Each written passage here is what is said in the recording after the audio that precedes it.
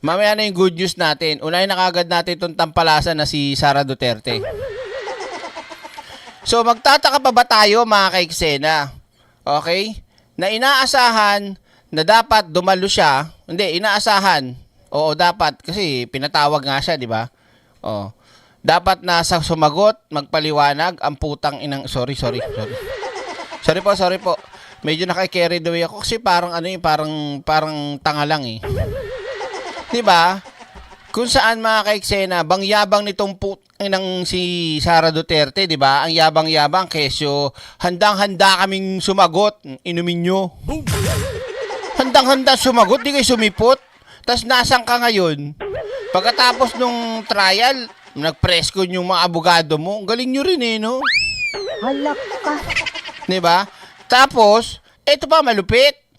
Way back 7 months ago o 7 months ago or 10 months ago, ang sabi ng ng yan si Sara, sabi niya, I want a bloodbath. Aray ko. Bloodbath mo mukha mo, ina mo. 'Di ba? Kasi isasabihin niya na ano bang kala niya sa iba nating mga kababayang Pilipino. Yung mga DDS, oo, tanga yan eh. Tsaka mga bobo yan, mga abnormal yan eh.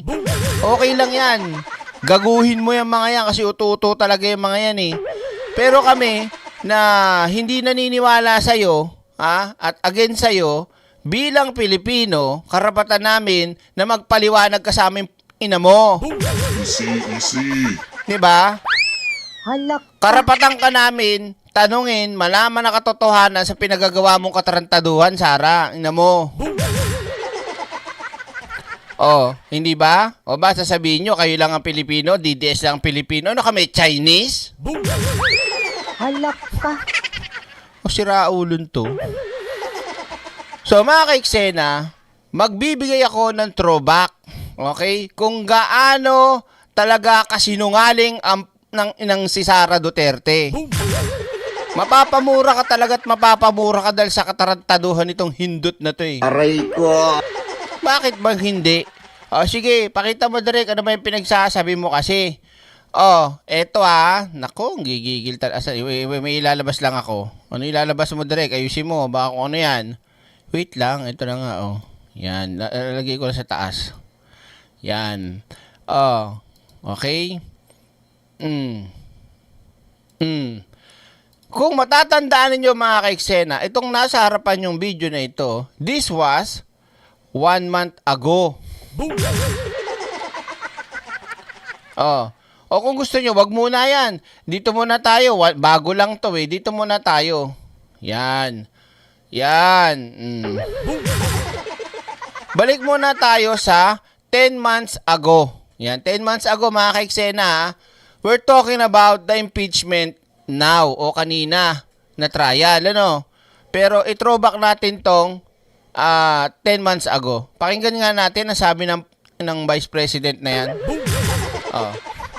Handa at hindi nababahala si Vice President Sara Duterte. Kita nyo mga kaiksena, last year yan handa at hindi nababahala ng inang yan. Na Sara Duterte na yan. Tapos hindi kaya magpaliwanag. Sa nalalapit na impeachment trial laban sa kanya. Iba ng Vice Presidente, huwag pigilan ang trial dahil gusto umano niya ng bloodbath.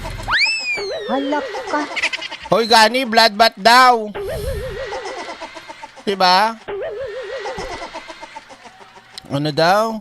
Natataw na lang ako dahil sa mga kakilala ko bakit daw iniimbestigahan pa si Sara. Milyon lang naman daw. Yung kay PBBM billion daw. Sabi mo manood nga sa akin tapos papaliwanagan kung tanga niyan. Sige, billion. Ang tanong, may napatunayan ba kayo? Meron bang kahit anong sinampa?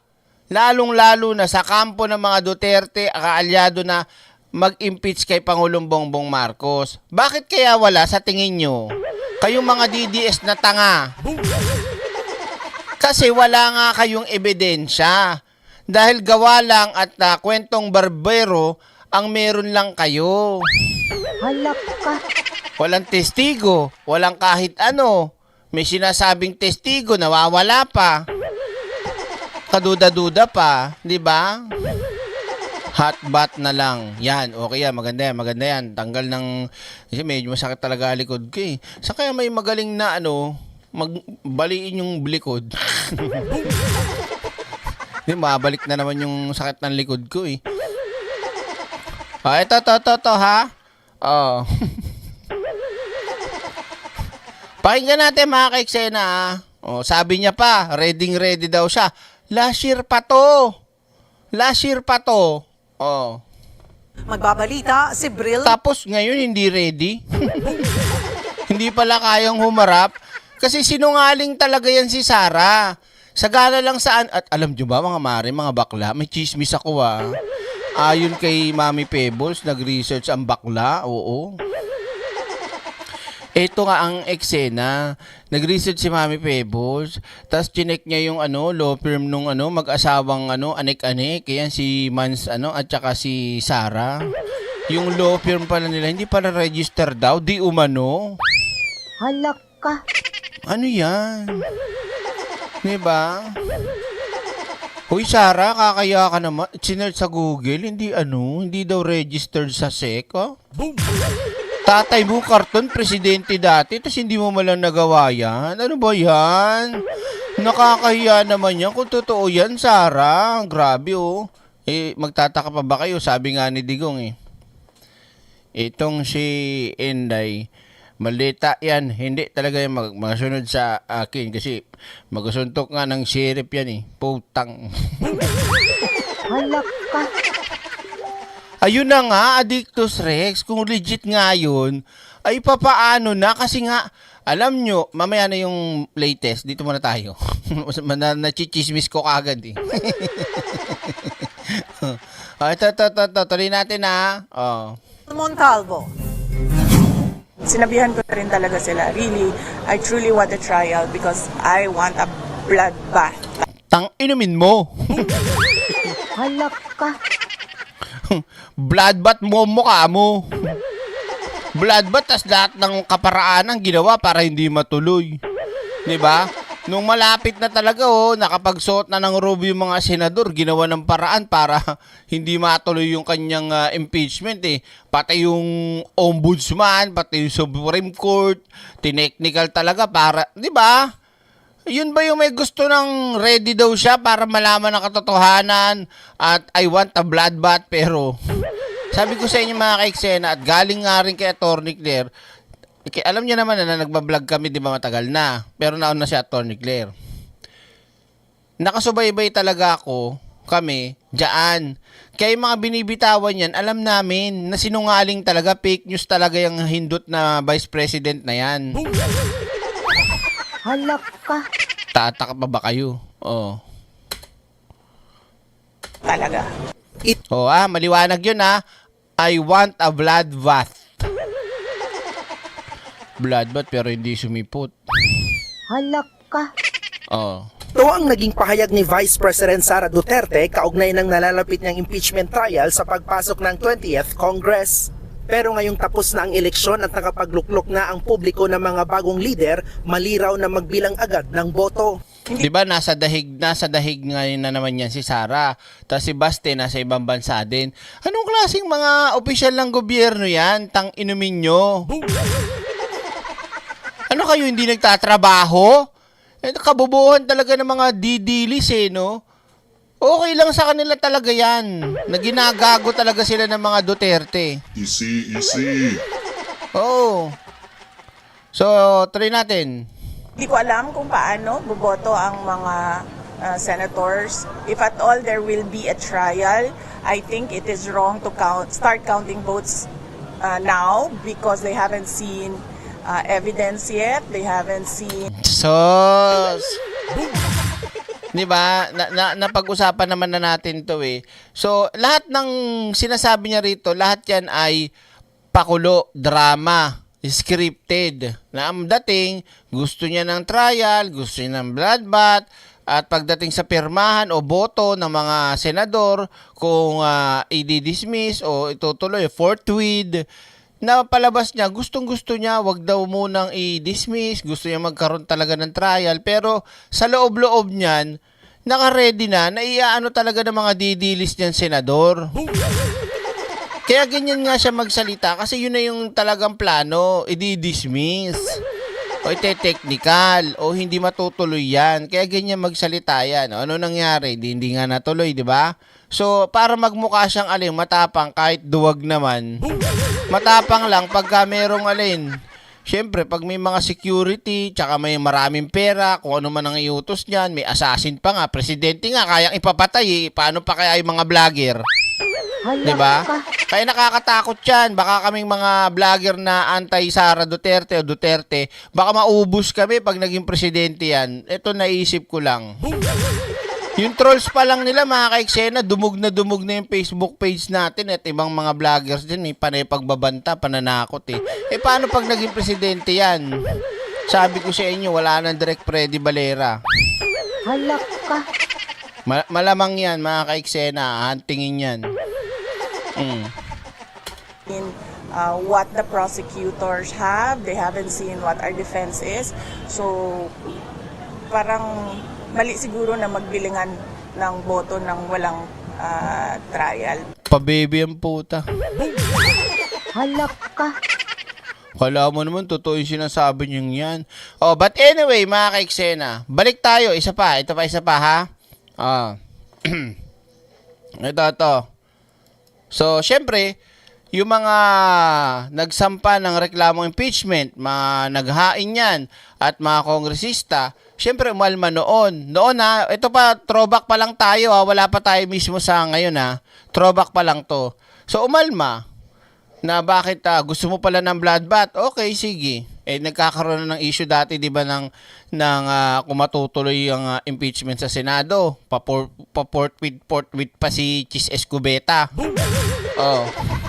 Handa pa rin daw si Vice President Sara Duterte sa bloodbath. Anong ban yan, Direk? 7 months ago. 7 months ago lang to Handa pa rin daw siya sa bloodbath. Malinaw yan Sakaling baliktarin ng Korte Suprema ang desisyon nito kaugnay sa kanyang impeachment case. Kinumpirma naman ng bise na hindi na pinapayagang bumisita sa kanyang amang si dating Pangulong Rodrigo Duterte sa ICC ang common law wife nitong si Honilet Avancenia. Magbabalita si Bril Montalvo. Bitang. Bigyan ko lang ng pansin kasi sayang yung pagkakataon ng comment mo Yan lang ba yung tatanong mo sa akin? Bakit ka naka-dark red lips? Akla ka? Anong problema sa red lips ko? Hala ka. Anong problema kung bakla ako? May problema ka ba? Diba? Sana iba na lang yung tinanong mo para medyo may kabuluhan. Kasi wala namang kabuluhan yung tanong mo Tinanong mo ko dahil dark red lips, akla ka, tanong mo kung bakla ako. Hala ka. Haba-haba ng hair ko. Tuloy tayo. Ako, sinayang mo yung chance. Tuloy tayo. May Thanksgiving Mass na. May Thanksgiving lunch pa. Yan ang pinagkakaabalahan ni Vice President Sara Duterte isang araw matapos i-archive ng Senado ang impeachment case. Bagay Direk, Taylor Swift ang peg. Tingnan mo kasi. Tingnan mo naman kasi, Mark Pascual. Ito, advice ko sa inyo bago kayo bibitaw ng komento, lilinawin nyo. Kasi pagka ganyan ang dating, kahit sino, tingnan mo. Kahit sino, pag binasa yung comment mo, iba yung dating niyan. Diba? Pero tingnan mo, sagot niya, bagay Direk, Taylor Swift ang peg. Nagjo-joke lang pala siya. Hala ka. Sorry naman, ayusin mo kasi. Ano ba, Mark Pascual naman Kaya, advice ko lang sa inyo pag magko-comment kayo, ayusin nyo yung pagbe-message nyo. Halimbawa, para malaman natin.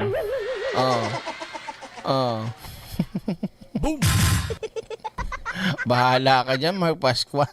Ang gulo mo kasi mag-comment. Kaya tuloy natin. Focus muna. Uy!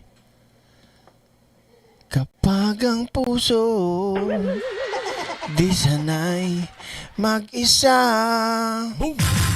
Puro lungkot na lang ang nadarama.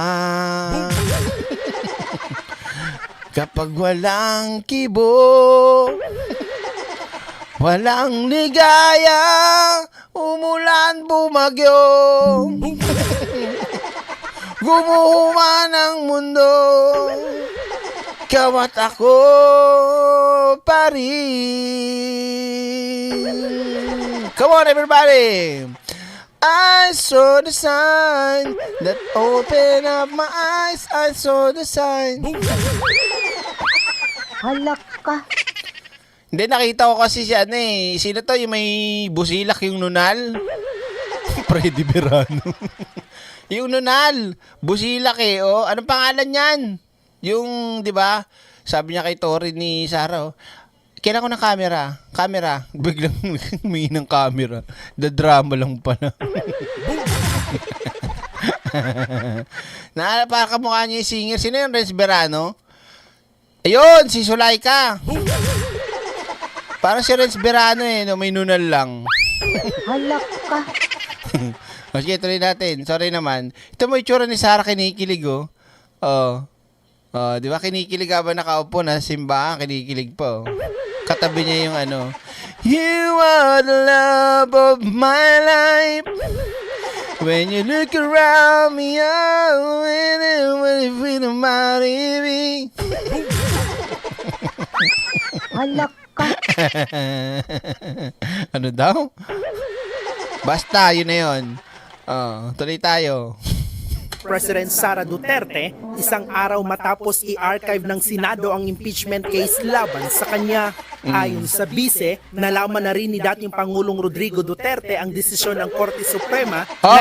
Katina natin kasi pinakita ko lang naman sa inyo, bloodbath. Tapos, kinumpirma, inulit niya pa. Makalipas ang 2 months mahigit, inulit niya ulit. Desidido pa rin daw siya sa bloodbath. Okay Ano sumunod, Direk? Ano sumunod? Ito sumunod. Fast forward tayo mga kaiksena. This was 1 month ago lang. Okay? 1 month ago. Ano sabi niya? Mary Grace Piatos, handang sagutin. Handa daw sagutin pero hindi sumipot.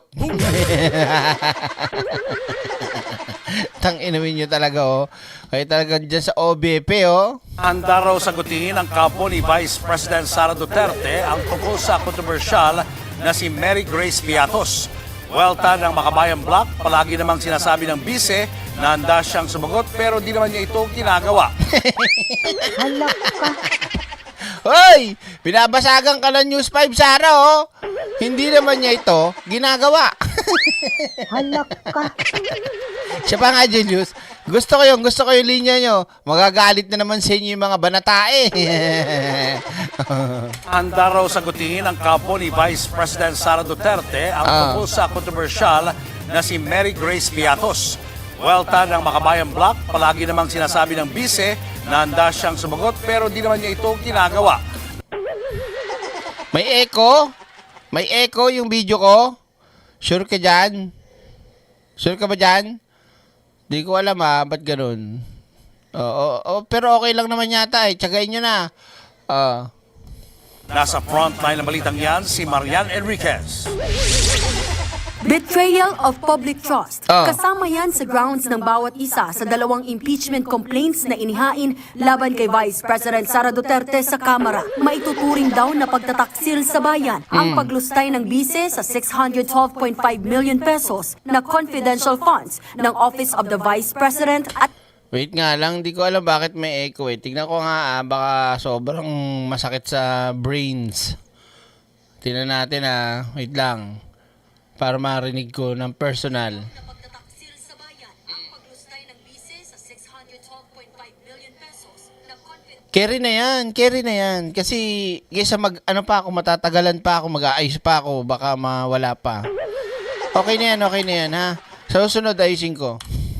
maituturing daw na pagtataksil sa bayan ang paglustay ng bise sa 612.5 million pesos na confidential funds ng Office of the Vice President at ng Department of Education. Diyan lumutang ang mga kontrobersyal na mga pangalan sa resibo ng confi funds ni VP Sara. Merong serye ng iba't ibang dodong gaya ni na Dodong Alcantara. Dudong Alcan. Wala bang ano yan? Dudong the Great. Ano Dudong the Great? At saka si Dudong ano? Dudong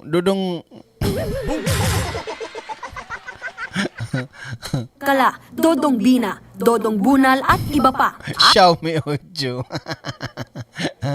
Patiting at Miggy Mango. Tang-inumin mo, Sara! Kung ano-ano pa, Xiaomi 8, Patiting, J. Kamote, Miggy Mango, at ang pinakasikat sa kanilang lahat, si Mary Grace Piatos. Git ng kampo ni VP Sara, handa silang ipaliwanag ang mga pangalang yan sa tamang forum, oras na umusad na ang Lalong na pahamak si Bato. Lalo na pahamak si Bato. To si Sara, oh. Pinahamak mo naman si Bato, eh. Bakit, Derek? Promise, fix mo tayo man. Doon sa Davao, maraming mga piatos doon sa may Bunawan. Maraming piatos sa Bunawan. Fix mo tayo man. Halak ka. Kamabang Bato. Nilaglag na ni Sara. Yay! Oh. impeachment laban sa kanya. Sagot naman dyan ng Makabayan Block. Oh. Naku, narinig na natin yan. We're ready to explain. Pero hindi, tatakbo na naman sa Supreme Court. Tatakbo sa Supreme Court, tatakbo ng dahig. Wait for the impeachment proceedings. Ipaliwanag mo na ngayon. Dahil sa pahayag ng kampo ni VP Sara, umugong ang usap-usapan na posibleng iharap na nila ang totoong Mary Grace Piatos. Paglilinaw naman ng legal counsel ng bise na si Attorney Michael Powa, wala raw siyang sinabi o kinumpirma na ilalabas nila ang isang Mary Grace Piatos. Kumpiyansa ang mga naghain ng reklamo na sufficient in form and substance ang impeachment complaint laban sa bise. Kakuha ng sapat na bilang ng suporta ang impeachment laban kay Vice President Sara Duterte. In other words, makikita natin na yung mayorya ay susuporta sa impeachment complaint. Samantala, nakakuha naman ng kumpirmasyon ang Stop in this name of love.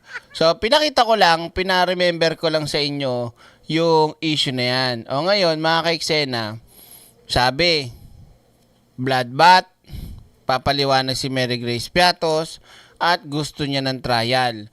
Ngayon, na natuloy na, nakumpleto na yung sufficient in substance, in form, at in grounds. So, nagsimula na ngayon kanina at siya ay inimbitahan, pinatawag para magpaliwanag at matanong. Pero hindi niya hindi niya pinaunlakan. Bagkus ay hindi daw sila dadalo. Kaya anong nangyari, mga kaiksena, no show sa hearing ang bakla. Halak ka. Yan. Ay, wait lang. Dito tayo sa isa. Yan. Oh. No show, mga kaiksena. Ayan, oh. Oh. Wait lang, Yan. Dahil sa no show, si Sara Duterte, mga kaiksena, ayon sa naging live stream kanina ng Justice Committee sa impeachment ni Sara Duterte, talagang binibigyan niya talaga ng dahilan, lalo, na mapabilis yung kanyang impeachment. Ano daw? Naduwag direct kaya hindi umattend. Matik na yon. Kasi hindi naman marunong sumagot yan eh. Baka pagka umattend yan sabihin yan, I go for the budget of the OBP, ganyan, ganyan. Ito katok, iya. Aray ko. Diba? Ito, Tita Mel, pasok. Magandang gabi po, Luzon, Visayas at Mindanao. Pinahaharap ng House Committee on Justice ang dating Chief of Staff at ngayon abogado ni Vice President Sara Duterte na si Attorney Michael Powa. Ipinatatawag din ng komite ang nagpakilalang bagman umano ni Duterte na si Ramil Madriaga. Pinasabi na rin ang SALN ng bise. Tapos eto pa mga bakla may chismax ako sa inyo. 'Di ba former Senator Trillanes. Tapos si Mami Pebbles, napakarami ng post ngayon patungkol sa mga ginawa ni Harry Roque at saka kay Ramil Madriaga, yung connection ni Sara kay Ramil Madriaga, kay sino ba yun? Basta ang daming pinopost ni Pebbles tungkol dyan. Nakita ko yung post ni Pebbles, sabi niya, joint force na tayo, let's bolt in na tayo, Sir Antonio Trillanes. Aba, sumagot si Trillanes, oo daw, patay. Aray ko. Sabi ko, patay na talaga. Lalong madidiin dyan mga kaiksena si Haring Bakla. Dahil si Haring Bakla, di ba, alam niyo naman kung sino pinaglilingkuran ni Haring Bakla. Oh. Biruin nyo dahil nagsampa pa nga yung mga magsasaka na paglaland grab ni Harry Roque. Oh. Uy, may superhero. Oh. Tingnan nyo pag-utak ng didilis bigyan natin ng pansin para kumita, baka walang pang gasolina to. Si Spider-Man? Saan Spider-Man to? Halak ka. Adik po, presidente natin si PBBM, bagsak na sa survey, kurakot pa. Bago ka muna mag-komento ng ganyan, patunayan mo muna Patunayan mo muna. Oo. Kasi pag hindi mo napatunayan, wala. Hindi, amo mo nga, hindi napatunayan eh. Diba? Paano gagawin natin? Lahat ng ginawa niyo akusasyon, lahat ng kahit anong ginawa ng amo mo kay Pangulong Bongbong Marcos, lahat tumbling. Halak ka. Diba? Ano daw? Tapos, bagsak na sa survey, kurakot pa. Bakit hindi mo kaya muna patunayan yung sinasabi mo? Diba? Oh. Ganyan na ganyan talaga pag DDS eh. Mahina talaga yung utak. Tapos ang pangalan is Spider-Man. Paano nangyaring ikaw si Spider-Man, yung bobo mo? Halak ka. Diba? Oh. Okay na, kumita na yan. Magre-report na yan. Pinansin ako ng vlogger ng ganito. Okay, bayad. Aray ko. Oh. At least nakatulong tayo sa trolls. Aray ko. Diba? Ito na, tuloy natin. Patay ka dito, Sara. Kakalkali na ang salin mo. Diba? Plus, yung kinakatakot nila, yung pagtestigo ni Ramil Madriaga at hiningi mismo ng mga kongresista yung kanyang seguridad, yung kanyang kapakanan ay dapat mailagay sa ligtas dahil sa banta sa kanyang buhay. Ano daw, na brainwash na po kasi yan direct, puro sapot ang brain. Sige, tuloy natin. Hindi dumalo sa pagdinig kanina. Ano? Hindi dumalo? Bakit? Nasaan ba si Sara? Okay, may nasa dahig daw. Halak ka. Tapos sabihin, ang gusto ko unahin ay pagtatrabaho, tapos nasa dahig. Halak ka. Ay, sorry, nalaglag yun. Ng buhay ito. May nabasa kasi ako na comment ni Sara, picture, sabi niya, mas importante doon sa kanya unahin ng trabaho, nagpapalamig ka ng pepe sa dahig. Hi, Ma'am Maria Carpo Junami, how are you feeling today? I hope you're doing good and great and fine and feeling like me.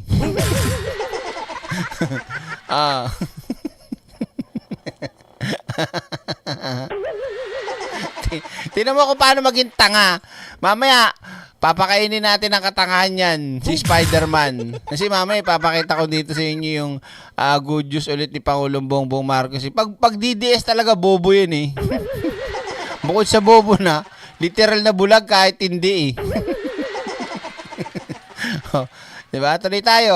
Pasok! Si Duterte. Ang kanyang mga abogado naman ay nagsabing walang jurisdiksyon ang Kamara. Nakatutok live si Tina Pangilibanter. Di bawagin na yung kamera. Wala palang jurisdiction eh. Halak ka. Natatawa naman ako sa comment nyo.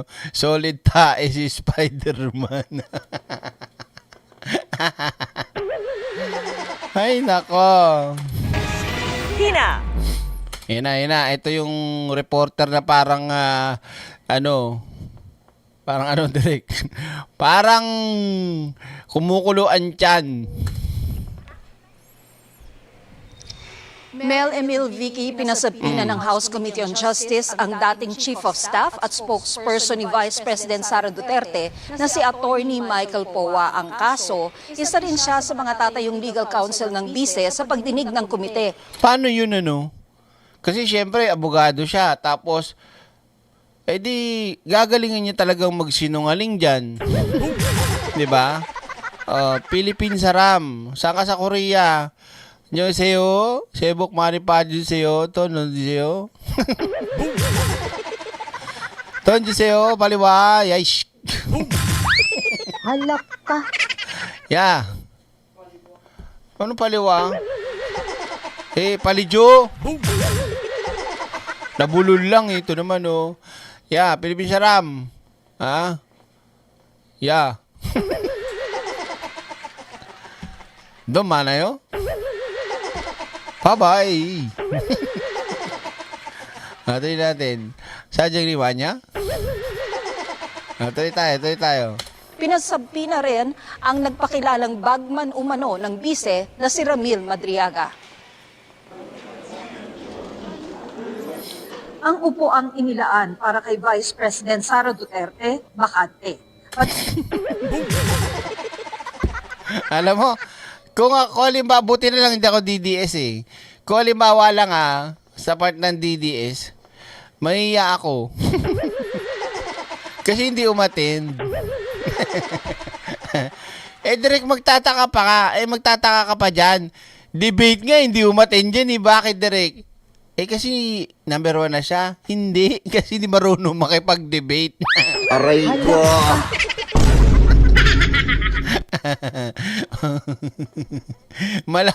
malamang sa malamang, kung nakipag-debate niya si Sara, baka wala pa yung sagot niya na baser na.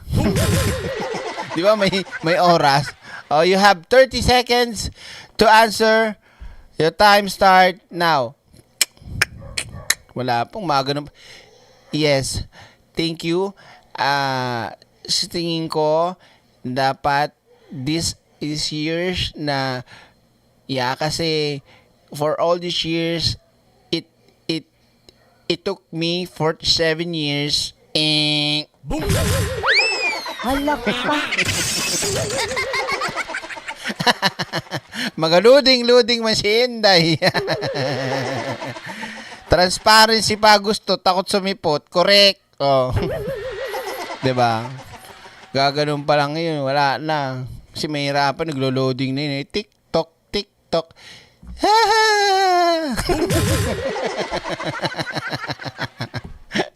Tatanong ko yun na rin bawa sa debate. Sa usaping West Philippine Sea, ano ang iyong stand pagdating sa nagaganap na tensyon sa West Philippine Sea between Chinese Coast Guard, Navy ship at ng Philippine Coast Guard?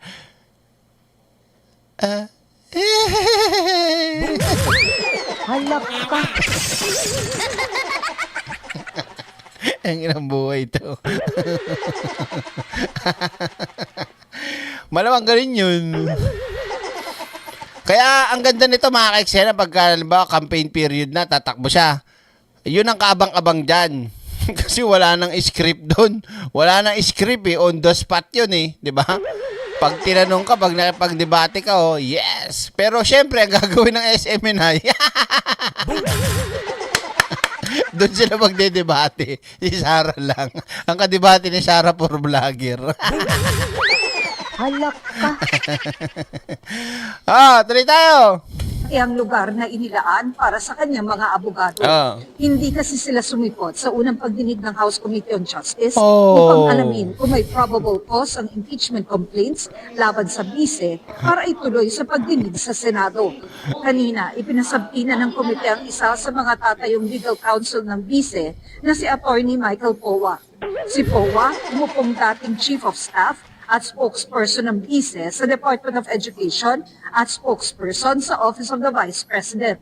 Nais ng komite na matanong siya tungkol sa paggamit ng confidential funds ng BICE na isa sa mga issue sa impeachment complaints. In such capacity, he has very material and relevant information on how the confidential funds in the DepEd. Sino yung katabi ni Tinyo ba to? Sino yung katabi niyan? Kabataan niyan ba yung kulot? Alam mo ate, ay hindi pala kita kapatid. Alam mo, hindi bagay sa'yo na ganyang buhok, tsaka nagbe-baby bangs ka pa, matanda ka na eh. Halak ka. Hindi ba ang sagwa Sorry segue lang tayo sa itsura. Siyempre, gusto ko, di ba, medyo maganda yung dating. Si Rene ko, di ba? Ate, huwag ka na mag-baby bangs. Hindi na bagay sa yung baby bangs. Di ba, Pinipilit mo pa yung baby bangs mo, kulot-kulot nga di ba? Nagmukha ka tuloy si Betty. Sinong Betty? Si Ka Betty, magbibiting. Halak ka. Joke lang, nabibiro lang. Mas okay nga, bagay nga sa kanya yung buhok na nakaganon kasi kulot siya natural. Yun ang mas bagay sa'yo Ito, payong bakla. Tigilan mo na yan, nakasalamin ka pa naman, di ba? Oh, ikaw din, gusto mo bang maging kamukha si Kabeti? Tuloy tayo. Were used and in particular, he had a direct role in the preparation of the accomplishment reports relating to the use of the DepEd's confidential funds. Ito talaga si Eddie yun ang inaabangan Nung namin ng komite kung magkakaroon ng issue sa pagtestigo ni POA, gayong isa siya sa mga pinili ni Duterte na magtangkol sa kanya sa komite. Yun nga ang utak ni Sara Duterte, sigurado para hindi maging tawag dito, hindi gamitin laban kay Sara si POA Ang ginawang tuloy, abogado. See in the next hearing kung how he will take this particular subpoena kasi nabanggit naman halimbawa yung pong relevancy nung pong kanya pong pag-i-issue po ng subpoena laban sa kanya. Bukod kay POA, pinatatawag din ang taga-commission on audit para mausisa tungkol sa investigasyon nila sa confidential funds ng BICE. Yan, tama yan. Kasi ang daming tanga talaga mga DDS hanggang ngayon pinagpipilitan pa rin yung kahit mismo nga si Sara niloloko niya on the spot in national television, in National Geographic Channel. Hindi, in national social media platform, Facebook, yan. Talagang lantaran yung pinapagmalaki yung credit rating na sinabi na nga ng COA, hindi mo pwedeng gamitin credit rating yan o rating yan sinabi sa'yo na unmodified opinion. Talaga si Sara makulit. Diba? Yung mga DDS tuloy, tanga-tanga, di paniwala. O di nga yung bobo. At pinakukuha sa Philippine Statistics Authority ang Certificate of Birth, Marriage o Death ng mga tao nakatanggap umano ng perang ito. Pinapapunta rin sa pagdinig si Ramil Madriaga. Yan. Ang nagsabing naging bagman daw siya ni Duterte sa kabila ng pagtutol ng ilang miyembro ng komite. Nakakulong ngayon si Madriaga sa BJMP Taguig at hihingan daw siya ng karagdagang security ng komite. Ito nakakatawa dito mga kaiksen na sinasabi ni Sara at ng mga didilis, fishing expedition daw, lalo yung kay Ramil Madriaga. Yun kayang kay Gutesa, 'di ba? Pinagsalita nyo nga ni hindi nga man lang yun na bet yung pinagsasabi niya Ito kay Ramil Madriaga, malayo pa lang nagbigay na yan at sinasabi na yung kanyang mga testimonya, di ba? At syempre, sinasabi naman na mismo ng abogado ng Ramil Madriaga at mismong si Ramil na once na patawag sila, doon mismo nila sasabihin at ipapakita yung mga ebidensya. At least meron. Sila Gutesa at saka yung 18 Marites na ilan lang pala yung totoo. Di ba? Ano nangyari? ayaw pumirma doon sa ginawa nilang salaysay na bago sa NBI. Bakit? At ang balita nga natin, mga ka-eksena, may gusto ng bumawi o may gusto ng umamin ng katotohanan na sila ay binayaran lang. Oh, patay kayo. Nagkakandaleche-leche sila ngayon, mga ka-eksena. In his own sinumpang salaysay, sinabi niya, and I quote, "Araw-araw na rin nagsasabi sa akin, delikado na talaga ang buhay mo, seryoso. Ingat Ram, balita ko mataas-taas ang reward money sa'yo. Secure mo ang family mo, at iba pa. Sa loob ko ay nakakaramdam ako ng sobrang takot." Madam Chair, Ito talaga si, ano to? Sino ba to? Ramil Madriaga is a polluted source. He is facing kidnapping with murder charges. Tungkol naman sa umano'y unexplained wealth ng bise, pinasabina mula sa Office of the Ombudsman ang Statement of Assets, Liabilities and Net Worth o SALE ni Duterte sa halos 18 taon mula nang umupo ito sa Davao City bilang Vice Mayor. Gayon din ang dokumento tungkol sa umano'y 10 negosyo ng bise at kanyang asawa mula sa Securities and Exchange Commission at mga income tax returns, VAT payment at iba pa mula naman sa BIR. Dito mo maipapakita ng ating pong pangalawang Pangulo na hindi po unexplained wealth. Ito po nga kanyang pagkakaroon ng 88 million na net worth in 2024 kumpara po sa kanya po nga kinita na cumulatively sahod from 2007 to 2024 na more or less mga 30 million to 40 million pesos lamang po. Pinadadala rin ng komite sa NBI ang resulta ng investigasyon nito sa banta umano ni VP Sara kay Pangulong Bongbong Marcos, First Lady at dating House Speaker. Umusad ang hearing kahit wala ang bise at kanyang mga abogado. Kahapon, nagpadala sila ng sulat para sabihin hindi sila dadalo dahil wala raw jurisdiction ang Kamara. Hindi nagustuhan ng ilang kongresista ang laman ng sulat ng kampo ni Vice President Sara Duterte. Kinekwestiyon nito ang jurisdiksyon ng komite at ang paggamit nito ng katagang mini-trial. Mini-trial daw. Di ba nga ito yung gusto mangyari ng Supreme Court? Di ba? Na mailatag muna sa Kamara, malaman, para kung ito, kumaga sa korte ba, merong, anong tawag doon?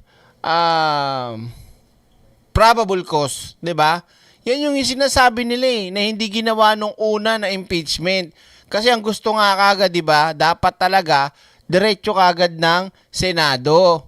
Tapos nung ginawa naman ngayon at sinunod ngayon, hindi pa rin dumalo yung ng Vice President na to. Aray ko. Siyempre mga DDS dahil bobo nga, uto-uto. Paniwala na naman kay Sara. Ito po ay legal na pagpapalusot para lusutan na naman pong muli ang pagpapanagot sa mga impeachable offenses laban sa atin pong pangalawang Pangulo. This is disrespect, another manifestation of her affront the constitutional process. Halos tumagal ng 4 na oras ang pagdinig. Ang ilang kongresista may baon pa sa pagdinig kanina. Simbolo raw ng ilang taon. Oy, paborito namin nila Marites yun. Yung cheese roll ng Mary Grace, masarap. Kaya lang mahal, 800. Ilang piraso? 6 yata o 12. 12 piraso yung cheese roll sa Mary Grace. Masarap, promise. Ng pag-iwas ng bise sa katotohanang hinahanap ng taong bayan. Kasama ang tanong na sino ba talaga si Mary Grace Piatos? Amin na ako na. At kutelam lang sa kalam. Naman,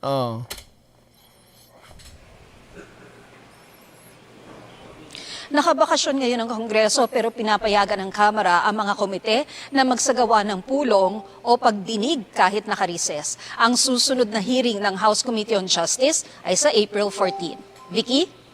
Maraming salamat sa iyo, Tina Panganiban Perez. Handa namang humarap si Attorney Michael Poa sa House Justice Committee pero kailangan anya muna niyang pag-aralan ang nasa sablina. Ang iba pang reaksyon ng defense team ni Vice President Sara Duterte, ihahatid namin maya-maya.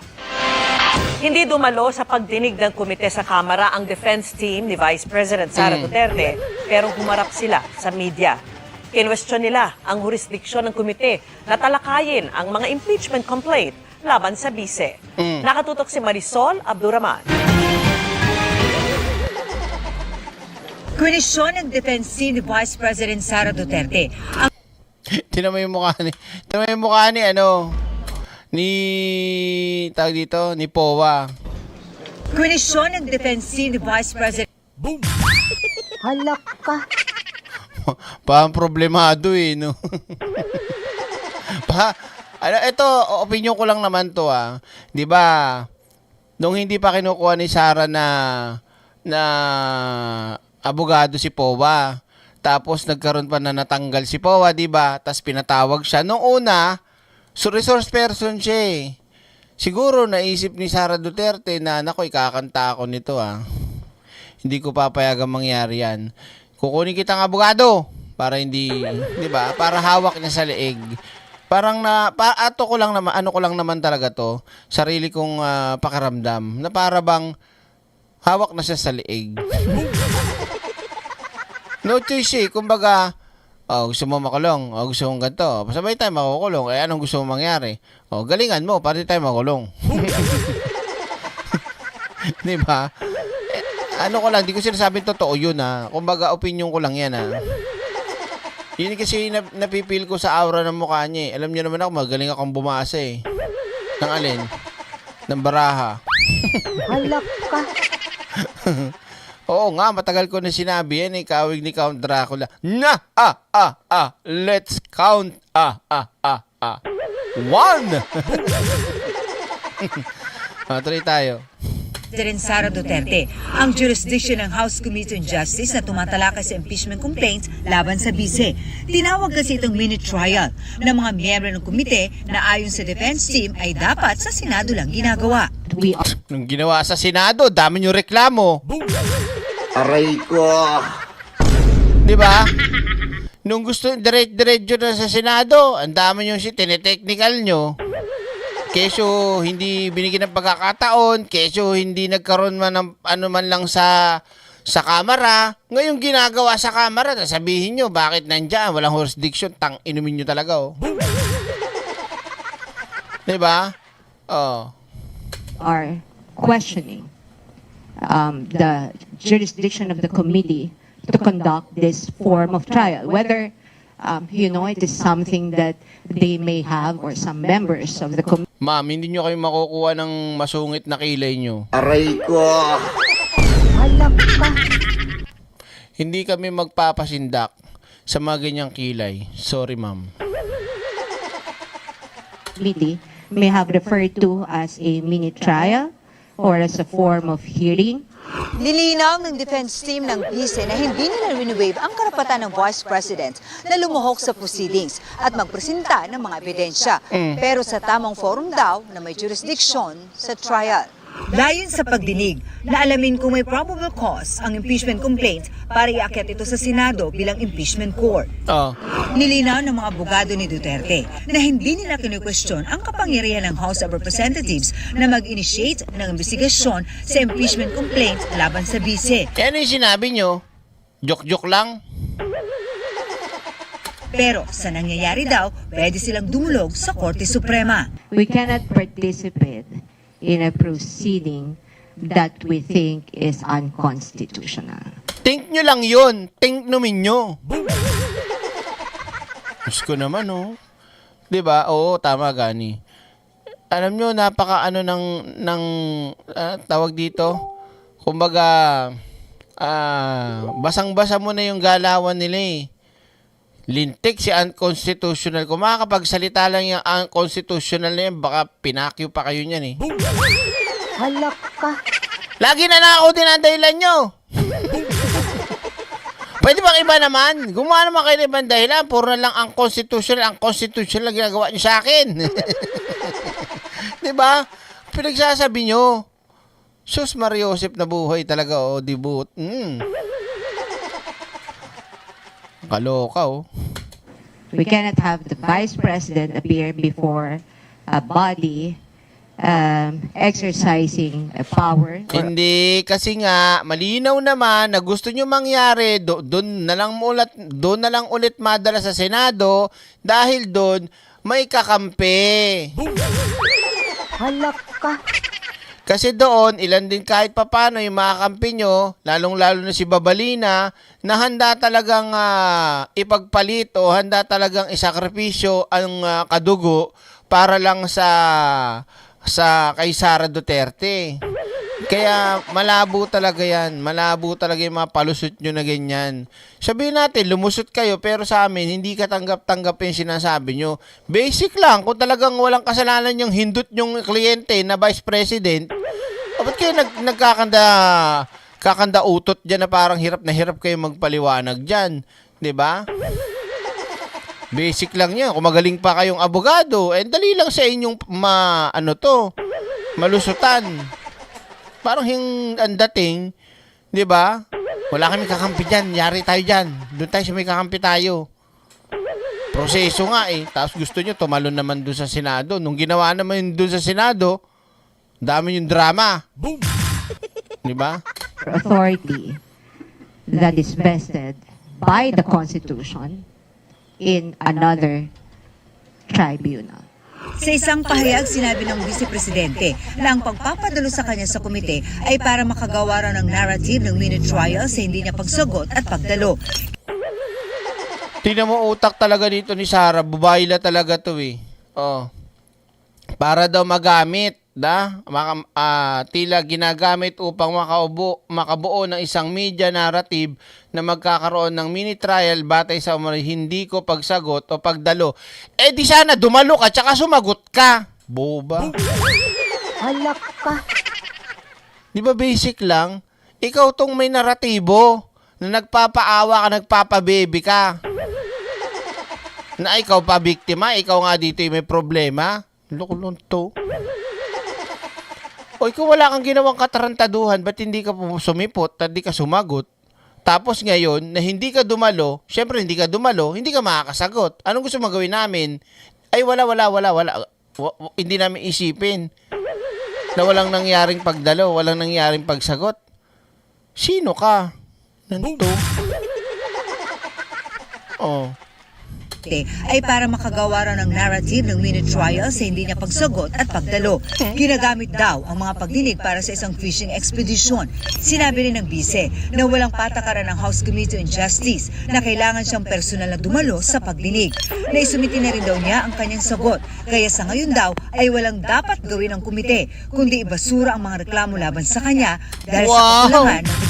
Wow! Hindi ka na nga dumalo. Meron ka bang desisyon na magbasura ka agad Wow, mga pala mukha mo Hindi naman sagot yung ibinigay mong kutelam-kutelam na yan, lintik na yan. Binobobo niya talaga yung mga mga kulto niyang mga didilis. Siyempre, pag kulto niyang didilis, sasabihin, sagot niya na yun. Pero pag binasa mo at inintindi mo, hindi naman talaga sumagot. Diba? Kini-question lang, hindi sumagot na para depensahan kung ano yung issue, para pasinungalingan. Wala siyang ganun. Diyos kong kabubuhan yan. Ebidensya. Kanina, ipinasabi na ng Justice Committee ang mga testigo at mga dokumento tungkol sa sinasabi impeachable offenses ng bise. The evaluation must solely remain with the complaints and the pieces of evidence attached, hindi ba? Ngayon, if you will go beyond the evidence attached and start asking for documents left and right, if you go beyond that, that is what we're saying na fishing expedition. No? Malamang yun na rin ang pinaparating ng ating Vice Presidente. Dagdag na po na niya. Ba't di kayo nag-usap? Halak ka. Malamang daw yun ang pinaparating. Malamang, kaya nga kayo nandyan Di ba?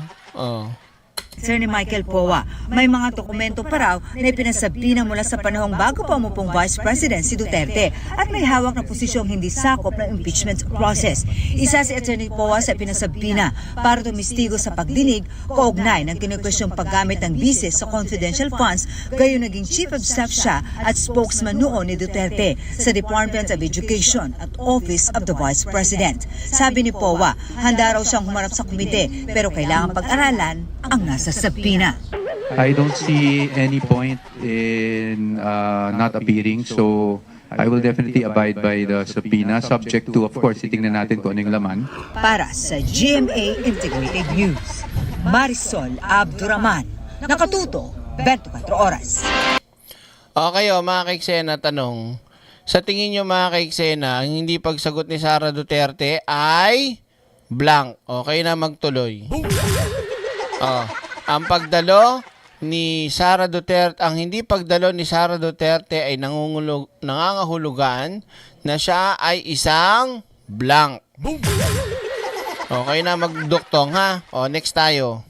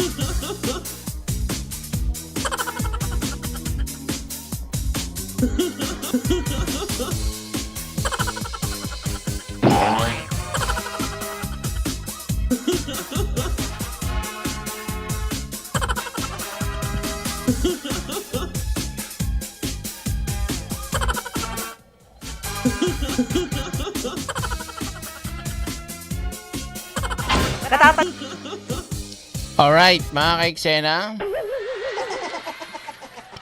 Andiyan pa ba si Spider-Man? Spider-Man! Ito mga kaiksena ha. Puntahan natin tong balita na to. Good news. Ito, pinost ko na nga to sa Facebook page ko kanina. Sino yung mga hindi pa nakapollow dyan sa Facebook page ko ha? Baka nakakalimutan nyo. So kanina mga kaiksena, PBBM signs EO number 110 declaring state of national energy emergency and authorizing the Unified Package for Livelihood, Industry, Food and Transport or AFLIP. Ito pa malupit dyan mga kaiksena. Kaya kung hindi pa kayo nagla-like, mag-like na kayo. Ito ha. Yan. Kasunod po ng pagdedeklara. Wait lang. Hindi pa naka-ready si Direk eh. Yan. Yan. Banat. Nako talaga Kasunod po ng pagdedeklara ng State of National Energy Emergency, pinirmahan naman ngayong araw ni Pangulong Bongbong Marcos ang batas na magbibigay sa kanya ng kapangyarihan para suspindihin o bawasan ang excise tax sa langis. Saksi! Ito hinihiling ng mga kababayan natin. Ngayon, ito na. So, syempre, wala na naman kayong ibang magandang sasabihin. 'Di ba? Ang sabihin nyo pa, imbis na pasalamat, imbis na, kahit no comment na lang, meron pa rin kayong masasabi. Magbigay ng tulong pinansyal, tapos ngayon, excise tax naman. 'Di ba? Tapos, puro reklamo pa rin. Kanina, may nakita ako sa Facebook na post ng iba nating kababayang OFW, presyo ng gasolina sa ibang bansa like Amerika. Hindi ko natandaan kung magkano eh. Nanlulumo sila eh, sa mahal daw eh. Pati sa Japan. Ito mga kaiksena, tuloy tayo. Si Van Mayrina. Kita nyo? Mamaya papanoorin din natin yung pagpapaliwanag ni Pangulong Bongbong Marcos. Kanina meron siyang press briefing. Isang araw matapos matransmit sa Malacanang, pirmado na ni Pangulong Bongbong Marcos ang batas na magbibigay sa kanya ng kapangyarihan para suspindihin o bawasan ng excise tax sa langis. Inaasama ang tutulong ito, lalo't 3 linggo nang nakalulula ang takas presyo sa mga produktong petrolyo dahil sa mag-iisang buwan ng sigalo sa Middle East. Tinatayang nasa 5 hanggang 10 piso kada litro ang posibleng mabawas sakaling tanggalin ng excise tax.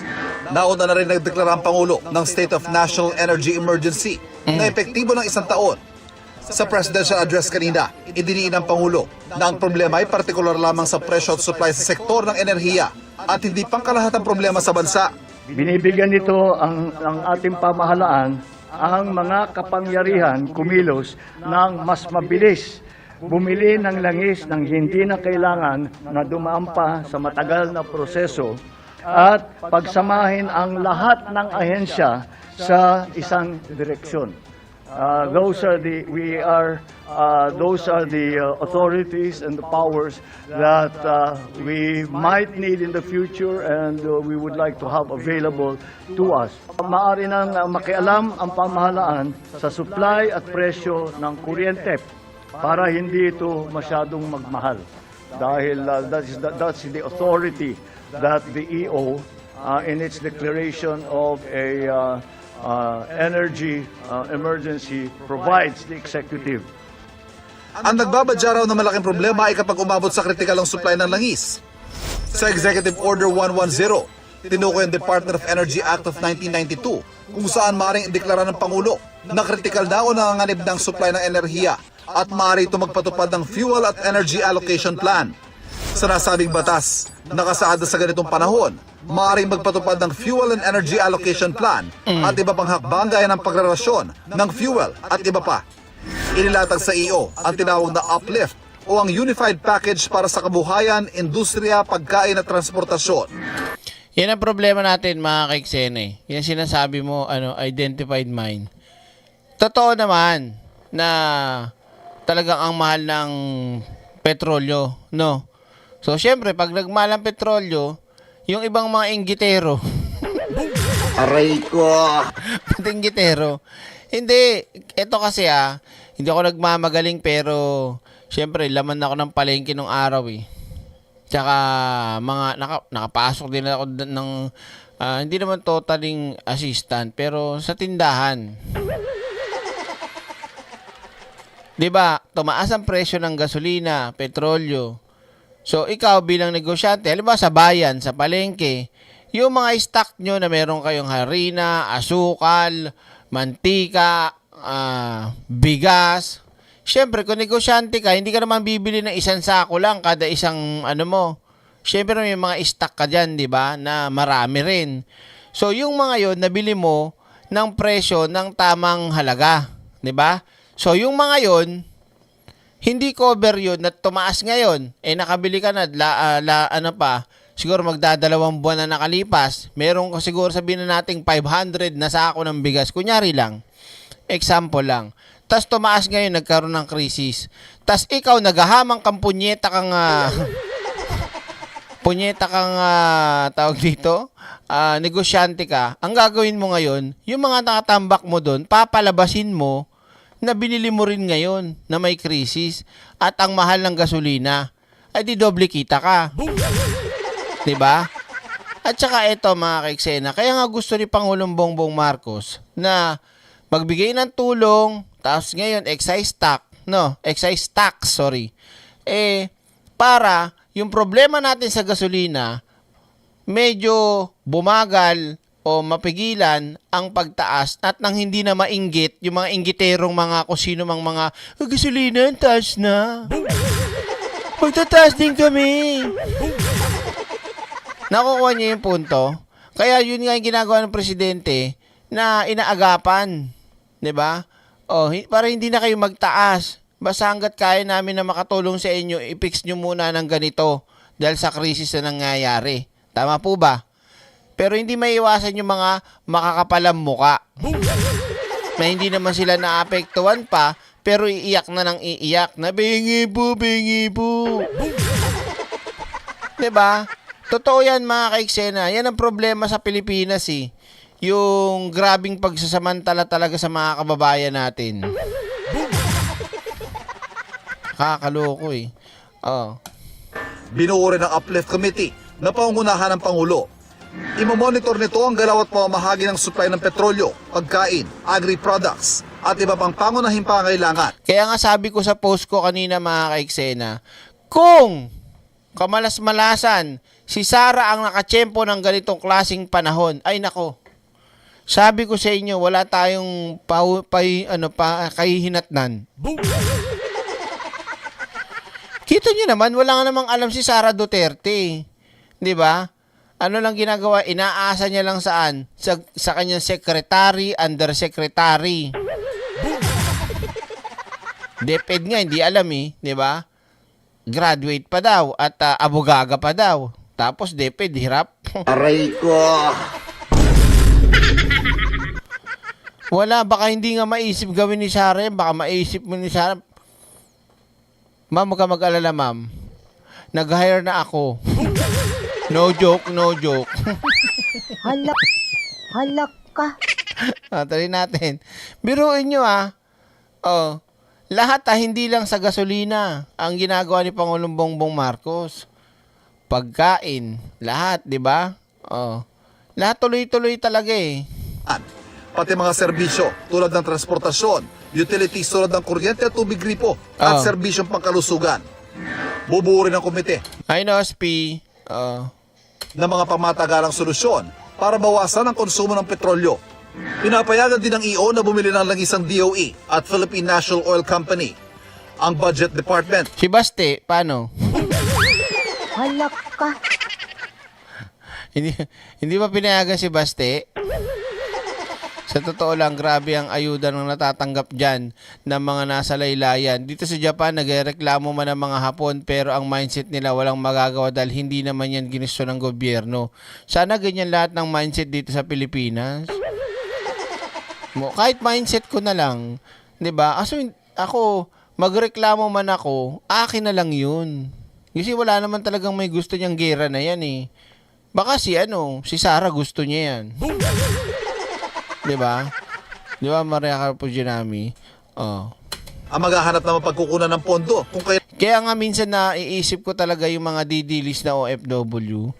Ganun sila kabulag talaga sobra Kahit alam na sa mga didilis na nandiyan sa Canada, sa Japan, sa Amerika, sa kung saan pa, sa Hong Kong, kung saan pang mga OFW na didilis na meron, hindi kayo nag-iisip talaga Kaya kayo tinatawag na bobo Nakikita nyo naman kung nasan kayong bansa, tignan nyo na lang kung ano meron dyan. Diba? Diyos ko, nakakaya kayo. Kailangan at ang pagtitiyak na tama ang paggamit nito.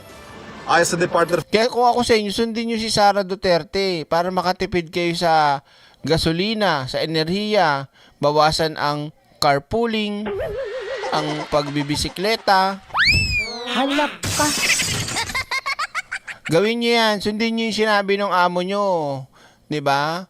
Para makabawas at enerhiya, bawasan ang pag-carpooling, ang pagbibisikleta. Tuloy. Energy. Nasa 45 days na lang ang supply sa diesel at hanggang 60 days sa gasolina. We can be confident that after the 45 days, we will still have already arrived here in the Philippines. We will have already a flow of oil. Right now, I'm very confident in saying that we have sufficient supply. We will continue to source those supplies, and I do not think that there is a problem.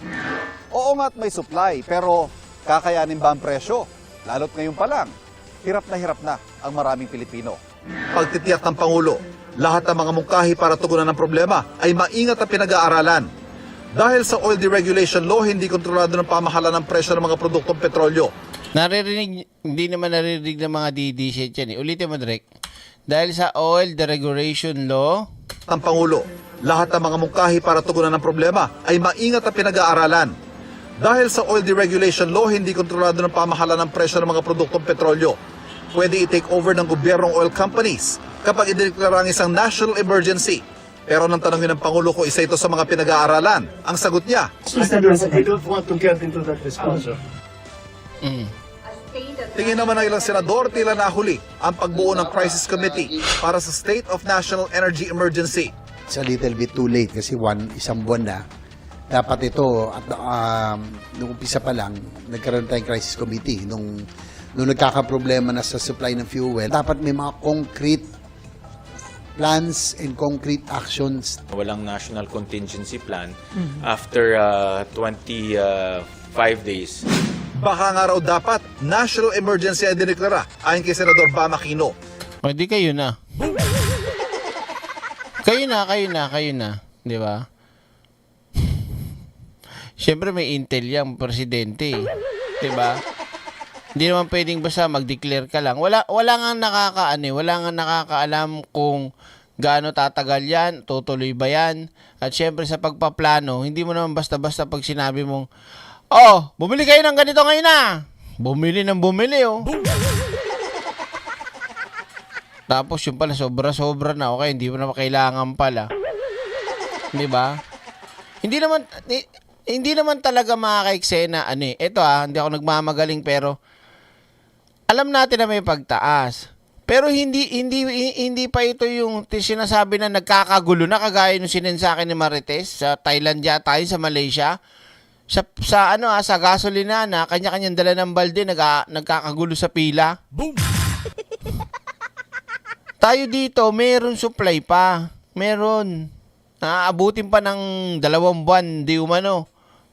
Hindi kagaya nung sa ibang bansa na parang akala mo wala nang malalamon. Oh. Hindi ako nagmamarunong pero syempre presidente yan. Alam niyong mas marami yung inaalam na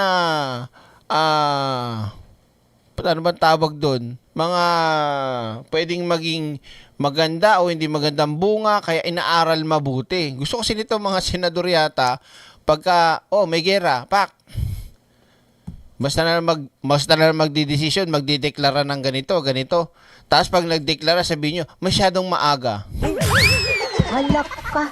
Masyadong pabigla-bigla. Halak ka. Hindi pinag-isipan. Halak ka. Bahala kayo sa buhay nyo.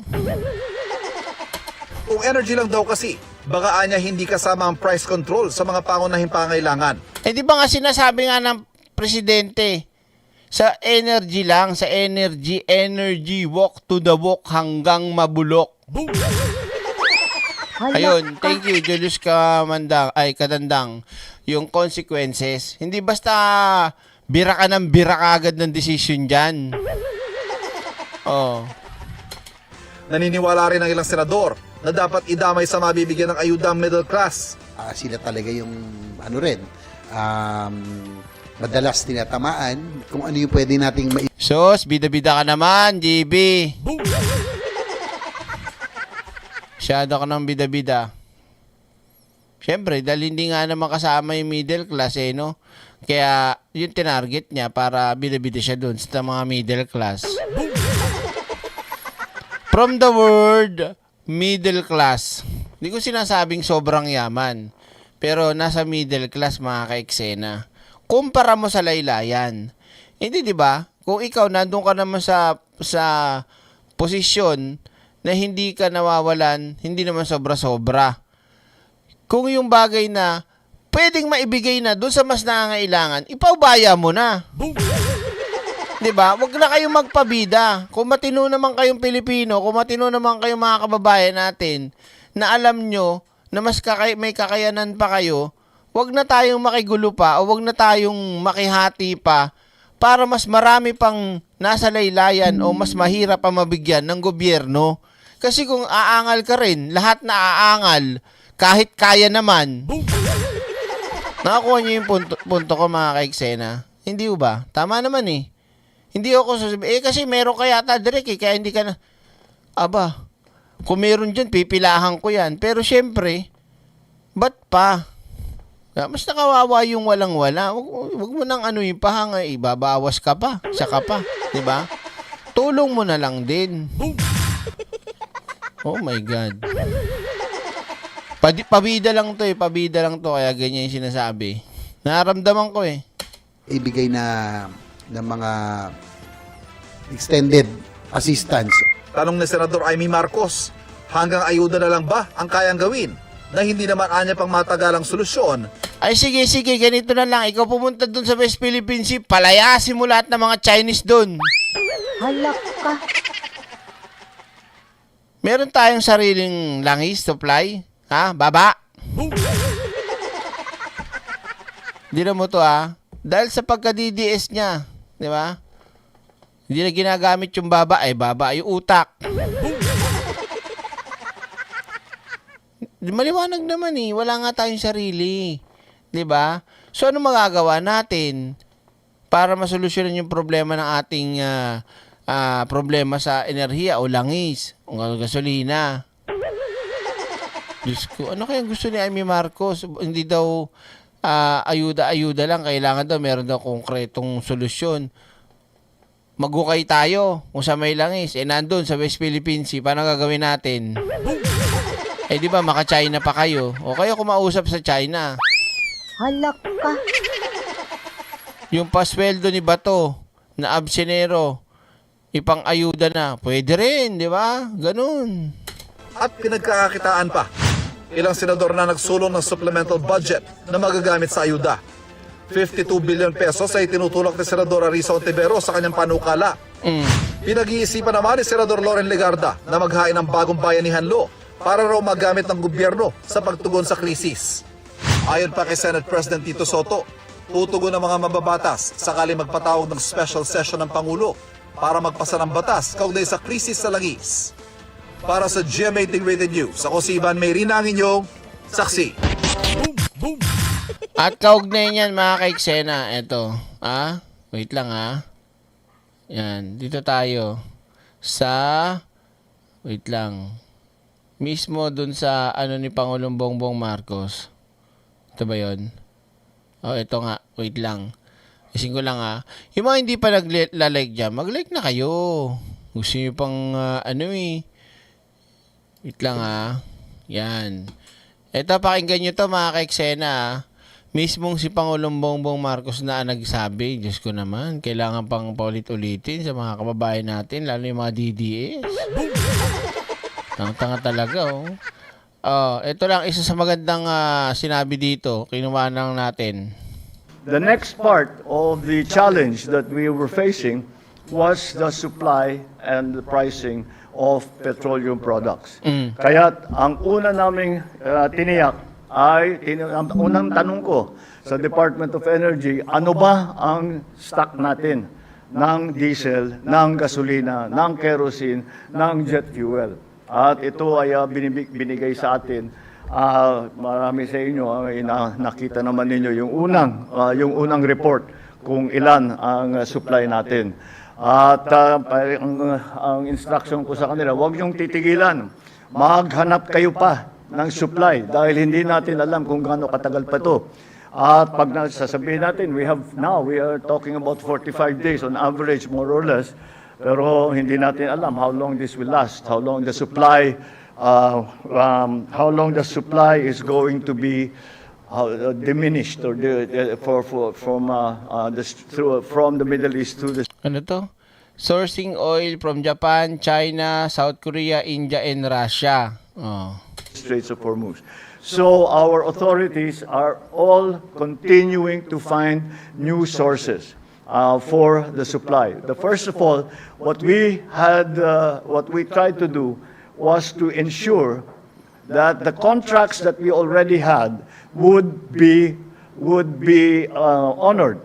Halimbawa, may kontrata tayo na mag-import tayo ng ilang bariles ng langis, ng diesel, ng kung ano. Kung ito ba, tiyakin natin na patuloy na makakarating talaga ito sa Pilipinas. Nung unang ilang araw, lahat ng hindi kami masagot ng mga supplier natin ng oil and petroleum products dahil hindi rin nila alam kung ano yung nangyayari. At yun na nga, pati yung presyo hindi nila maibigay. Ngunit dahan-dahan sa patuloy na ating pagtatawag, sa patuloy sa ating pag-ugnay sa kanila, at gumawa tayo ng mga bagong sistema para makarating ang langis dito, ay tuloy-tuloy naman, na-supplyan tayo. And we are not stopping. Although the average now is running at 45 days supply, siyempre iba-iba. But the average is 45 days. Hindi natin tinitigilan. And again, I credit the success of this ensuring the supply to the good relations that we have with our partner countries around the world. And we have not only gone to our oil suppliers, the traditional oil suppliers, we have tried to explore other sources. Kung ini-imagine ko tuloy, kung si Sara yung nagsasalita dyan. Aray ko! Halak ka. Baka mamaya nagkanda ewan-ewan na yan dyan, ano, kung ano na yung sinabi. Kasi, it took me 47 years kasi na sa buhay mo, darating talaga sa buhay mo yung hindi mo talaga siya, kasi nga, yung alam mo na dapat na yung Halak ka.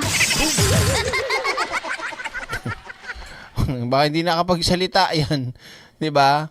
Diyos ko, nga ngayon si Sara sigurado That are not affected by the war that is ongoing in the Middle East. And there have been, it would be premature to say that we have perfected contracts with them, but I think it's sufficient to say that the things are beginning to open up. And although we cannot be assured right now of the supply, we can be sure that at least for 45 days we will be all right. I think that we can be fairly confident. We can be confident that after the 45 days, we will still have already arrived here in the Philippines. We will have already a flow of oil, not just one delivery, not just two deliveries, but a flow of petroleum and petroleum-related products. Right now, because of the situation, lahat hinihingi natin. Humihingi tayo ng crude oil. We are asking for, we find if we can find it dahil meron naman tayong refinery. Andyan naman ang Petron that can refine it. Gasolina, diesel, syempre ang pinaka-importante para dito sa Pilipinas. At ang jet fuel, kerosene at saka jet fuel para patuloy ang lipad ng mga eroplano. Pero kung halimbawa talagang nasunod na yung yung electric vehicle, mga ganun ang, 'di ba? Yung modernization eneme, 'di ba?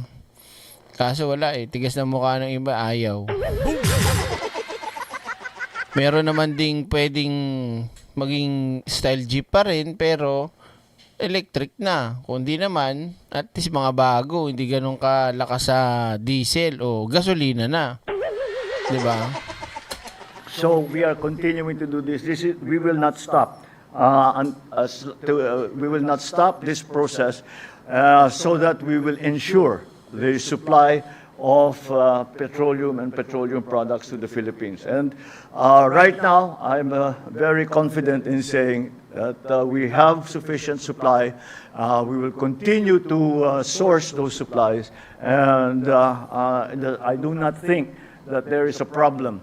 Sa aming analysis, wala tayong problema para sa supply ng petrolyo at saka ng mga petroleum products. Ang isang napakalaking nangyari ay ang pagtaas ng presyo ng langis. At ito ay talagang mahirap natin sagutin at gawan ng paraan. Ito, makinig kayo mga didilis ha. Kasi gagawin na naman ng meme ng mga DDS to itong part na to, na kung saan bobo talaga sila para hindi maintindihan to. Dahil wala tayong control yan. Oil will do what it will do. The markets will behave in the way that they behave. No one, not even the producers, have control over the world price of oil. All that we can do is to compensate our people and to support our people so that they have some assistance in the face of this. Ang ating mga nagpatupad tayo ng mga ilang inisyatibo upang matulungan ang ating mga kababayan. Para sa lahat ng na sumasakay sa mga transport system natin, ay nagsimula tayo, nagbigay tayo ng libreng sakay. Meron tayong 50% na discount sa LRT 2 at MRT 3 para sa lahat ng commuter. Binawasan na rin ng CAAP ang terminal at aeronautical fee para maging mas mura ang pamasahe sa eroplano. Para naman sa ating mga tsuper, namamahagi tayo ng cash assistance sa 120,000 na tricycle driver at TNBS drivers. Nagbigay din tayo ng toll discount para sa mga jeepney, para sa mga bus at para sa mga truck. Kita nyo yung mga kaiksena yung binibigay ng gobyerno. Sa iba wala niyan eh. Kasi totoo lang, tama po ba mali? Paki-correct naman ako. Siguro sa ibang bansa meron, pero mas marami sa ibang bansa wala. Tayo lang yung ganyan eh, para tayo kasing mga pabebe. Pabebe na nga, reklamo pa ng reklamo. Ang dami na nabigay, reklamo pa ng reklamo. Aray ko! 'Di ba? Binigyan na ng binigyan, masama pa loob. Sino ba yung direct? Hindi, syempre, mga bobo, mga DDS. Para naman sa pagkain, dahil syempre, inaalala din natin na wag sumabay ang presyuhan ng pagkain, ay pinalawak natin ang 20 peso rice program sa 627 centers na binuksan natin na nakabukas sa buong bansa. Yan yung kino-content ko mga kaiksena, yung rice centers facility ni PBBM na kung saan mas lalong mapaparami yung produce ng bigas. At syempre, mas ang kikita doon yung mga lokal na mga magsasaka. Ba't may international ba? Hindi, ibig sabihin, yung mga middleman, walang ganun-ganun na.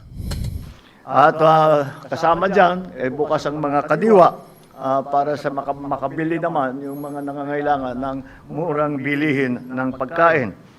At patuloy din ang ating ibinibigay sa ating mga magsasaka ang fuel at fertilizer subsidies para...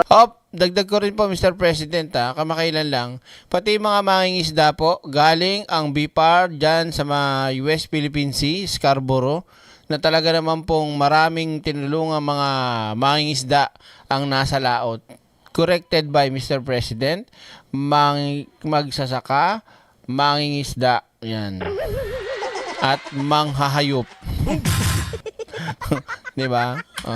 Magsasaka ang fuel at fertilizer subsidies para sa magsasaka at saka para sa mga mangingisda. Para hindi ipasa yung pagtaas ng presyo ng kanilang ginagamit na krudo. Yan yung sinasabi ko, ina-explain ko sa inyo kanina. Na kaya yun ang ginagawa ng gobyerno. Imbis na mamahalang ka sa gasolina mo, binibigyan ka ng tulong para wag mo nang isipin pang masakit at hindi ka magtaas o hindi mo rin isipin taasan yung produkto mo o yung serbisyo mo. Kasi eto na nga, may tulong. Di ba? Hindi mapasa lahat sa mga consumer. At sumagot na ang ating mga manufacturer na hindi sila magtataas ng presyo ng pangunahing bilihin. Yung pinakita ko sa inyo isang gabi, kagaya ng Century Tuna o canned goods, yan, Argentina, yung mga ganyan. Pinangako nila sa Pangulo na tuloy-tuloy ang produksyon nila ng pagkain sa ganun pa ring halaga. At may stock na marami tayo sa bansa. Diba? Sa ngayon, at hanggat kaya, nangako naman sila, hanggat kaya nila na i-maintain ang presyo. Kasi ang pinagbibili ngayon nila ay yung nasa inventaryo na nila. Na nabili nila ng mura pa bago pa nangyari lahat ito. Galing ko, di ba? Para sa kami ng utak ko. Dalino ka rin, direct. Hindi, baka nagkataon lang. Parehas kami. Di ba? Yan yung sinasabi ko kanina. Yung iba nananamantala eh. Nabili nila na mura, tapos ibebenta nila ng mahal. Basta sabihin na dahil ngayon nila binili yan. Yan yung mga style ng mga gahaman talaga eh. Oh. Kaya habang nandyan ang kanilang inventaryo, nangako sila na hindi nila itataas ang presyo ng mga primary commodities. Oh. Wala ba kayo mga kamay, mga ka-eksena? Sabi ko sa inyo. Naintindihan nyo mga ka-eksena? Ha? Malinaw, di tayo nagkakaguluhan dyan ha? Na kung ano ang, excuse me po, ang paliwanag ng Pangulo. Hindi ko na nga tinapos, mahaba pa yan eh. Pero bibigyan pa kayo ng isa pa mga ka-eksena na Panata sa Bayan, Doctors to the Barrios, Batch 43 Presidential Send-Off. Ano meron dito, Direk? Ito, pakita natin ito mga ka-eksena. Wait lang, ate, di pa ako ready eh. Isa pa sa naging schedule ni Pangulong Bongbong Marcos ngayong araw na to ay itong event na ito. Yan. Sige ate, pasok. Yung pumasok ako ng med school, narinig ko yung about sa DOH scholarship. Tapos that time, sabi nila, pwede kang maging Doctors to the Barrio kapag part ka ng DOH scholar.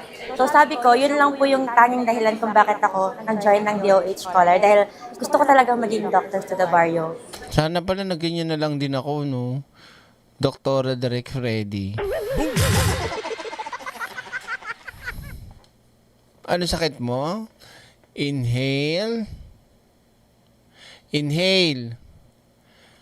Boom! Pag-inhale ka. Di ba ba? Inhale. Inhale, pahigop. Exhale.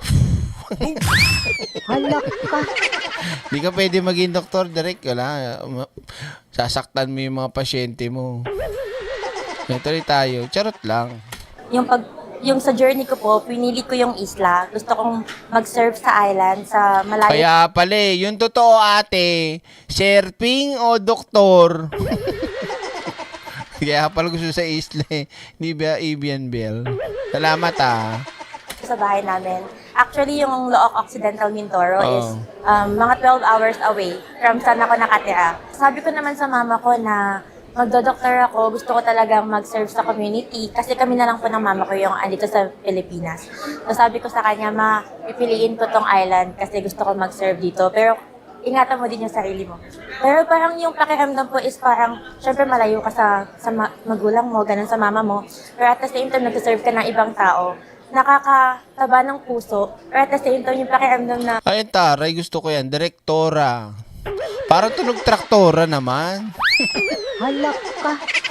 Parang traktora. Ano? Midwife bagay sa'yo. Umiri ka! Umiri ka! Sasampalin kita pag di ka umiri. Iiri ka ba o hindi? Dudukutin ko yan. Halak ka. Ako nakintang midwife no? Pangit, di pwede.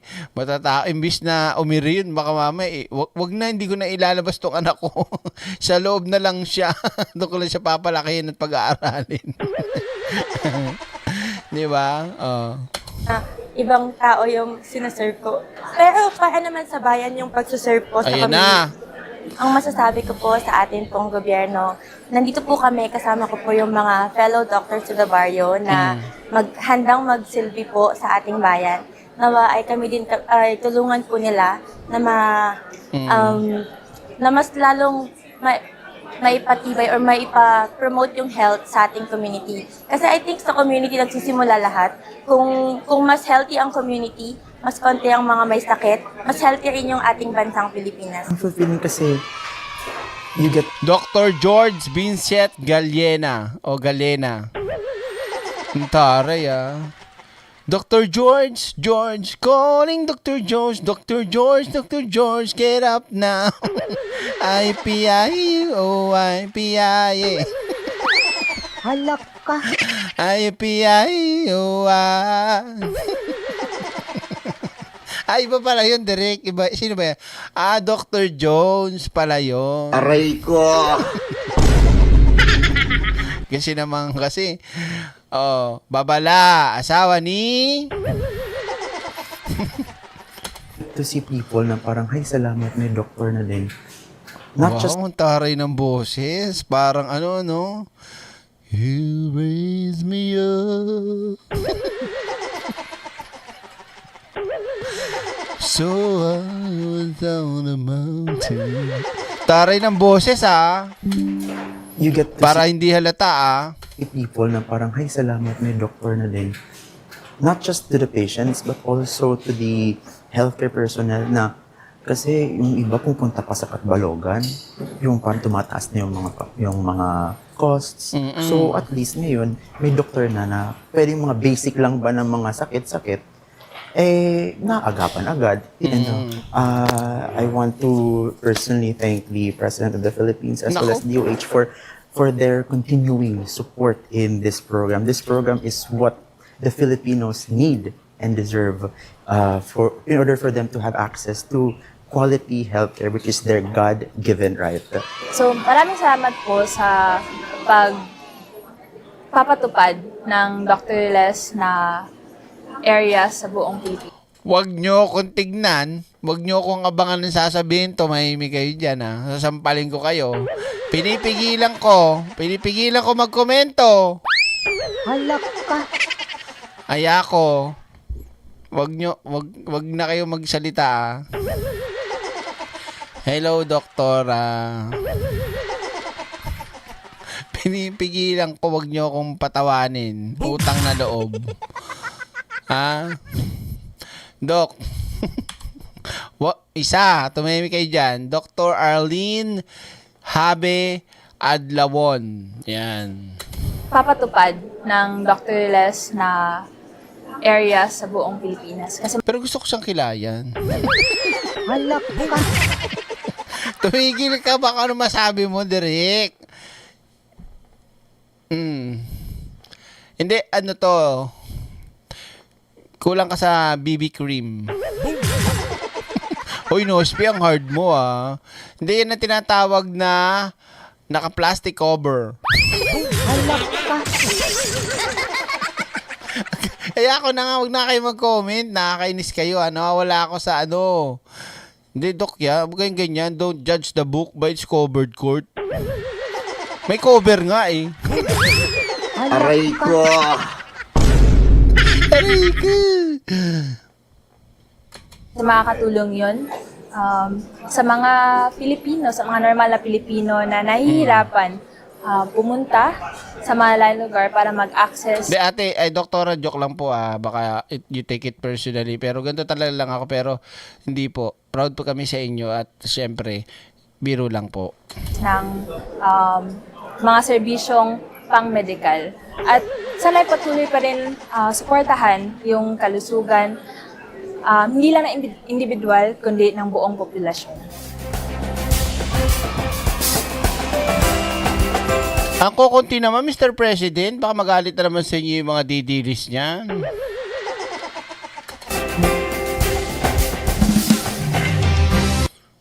Ito ba yung sinasabi ni Mami Pebbles?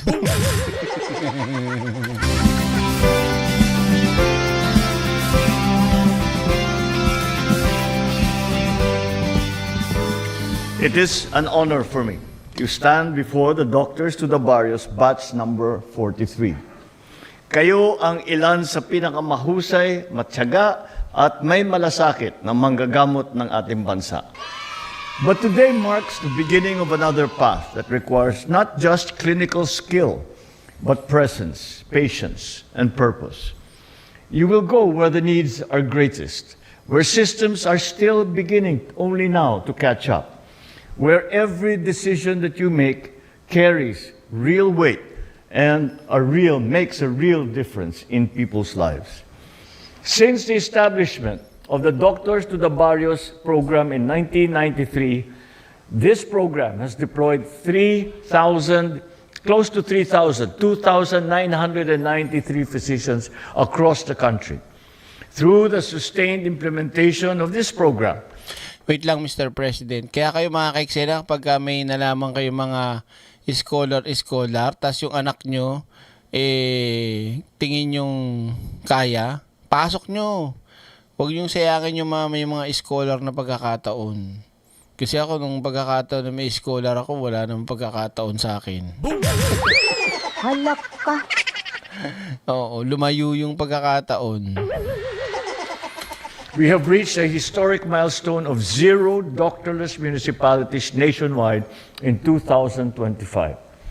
Today also marks a significant achievement because now we have before us the largest single deployment in the program's history. Batch 43 is composed of 290 physicians. We continue to strengthen the National Health Workforce Support System. We will invest in your training, in your safety, and your well-being, so that you might be able to continue to serve with excellence, to heal with care, and to lead with compassion.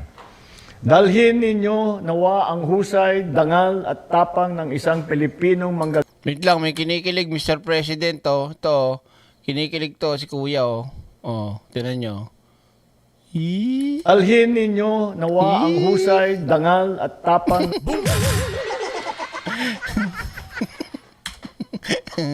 Compassion. Dalhin. Uy, bakla. Bakla, grabe naman, oh. Taray mo ngayon, bakla, ah. Balita ako, magkakainom pala kayo nila, nila Ruel, Hindi mo ko in-invite, bakla, Ninyo nawa talaga, ang husay, dangal at tapang. Aray ko! Iniirapan ako ni bakla, sabi ko. Iniirapan ako. Compassion. Dalhin ninyo nawa ang husay, dangal at tapang ng isang Pilipinong manggagamot saan man kayo magpupunta. Sa bawat Pilipinong maaabot ng serbisyong pangkalusugan at sa bawat pamilya, hindi na mangangamba tuwing may karamdaman. Dito natin unti-unting hinuhubog ang bagong Pilipinas. Mas malusog ang pamumuhay at mas handa para sa kinabukasan.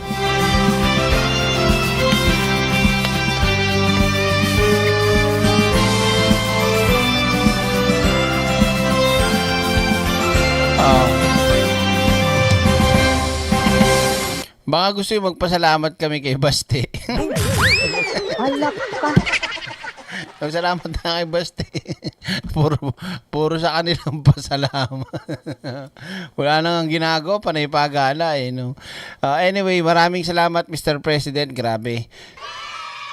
Nakakaya talaga sa Vice President natin, sobrang bibo. Sobrang bibo sa ibang bansa. Halak ka.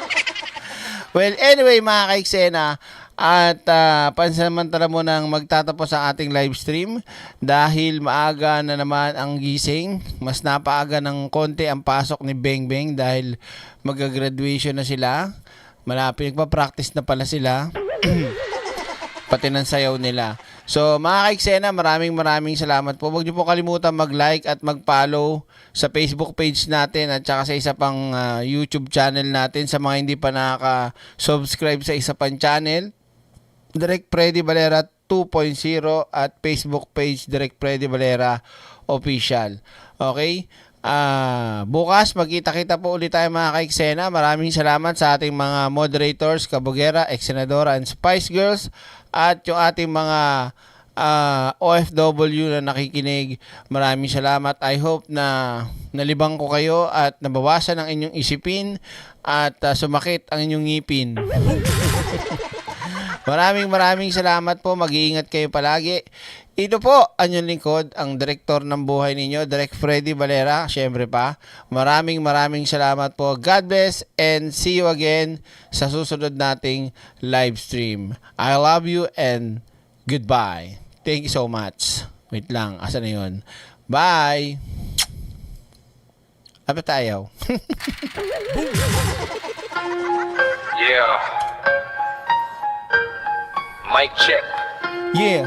Kwento to ng kapangyarihan na naligaw. Yun. tumigil.